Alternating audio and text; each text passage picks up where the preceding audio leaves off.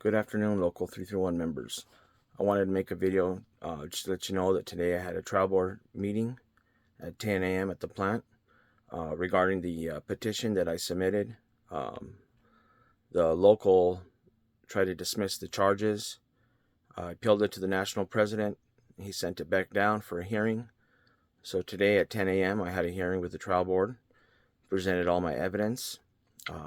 Richard Romero, Doug Silcox, Walter Potter, and Dylan Tuss were part of the trial board, which makes no sense. My understanding is there's supposed to be 3 members, not 4, because now you have an even number of members, and you're going to get a split, and you're supposed to have a majority vote. Okay. Also in that hearing was Vice President Cameron Worthington and President David Wisniewski.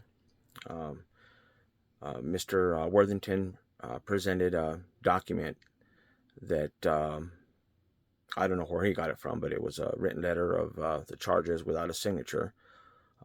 But the evidence I provided had a signature, and I also had a witness with me present when I signed them and mailed them.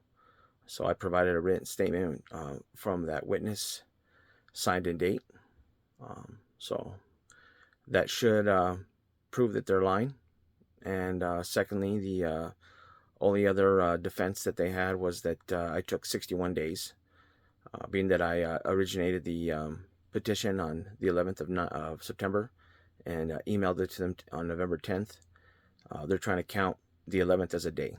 So you can't count the 11th as a day because 24 hours equal a day, so the first day would start on the 12th, which puts it right at 60 days.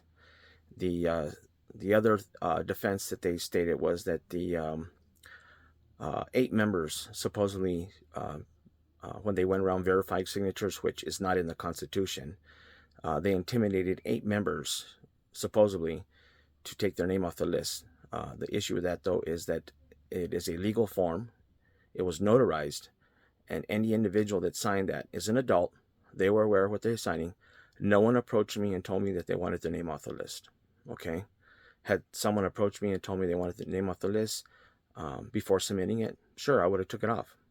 As I mentioned before, I didn't even get to half of you.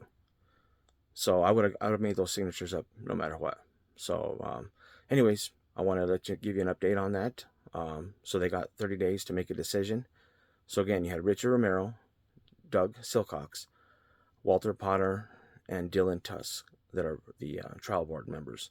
So they will have to hear the evidence, and I hope and suggest that they follow the Constitution and they don't make any decision arbitrary. You know, Walter was already trying to justify in that hearing the reason why a petition needs to be verified.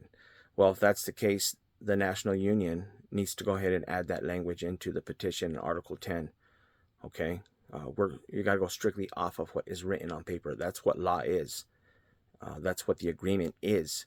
The employee has an agreement with the union when they join, and that is the agreement. That is a contract. You cannot add or take language out of that contract. Okay?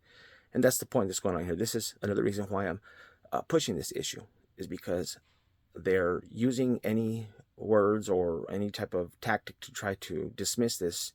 And we know that Max Jaramillo was stealing. And the problem is this David was signing those checks as well. So, you know, there has to be accountability. So I'll give you guys an update when I get notified of their decision, which is most likely going to be they side with David. So I'll have to appeal it to the national president. And I'm pretty positive at that level they're going to side with me, and they're going to allow this ballot to go out for us to be able to vote to see those receipts. All right, well, thank you for listening to this video. Keep you updated. Take care.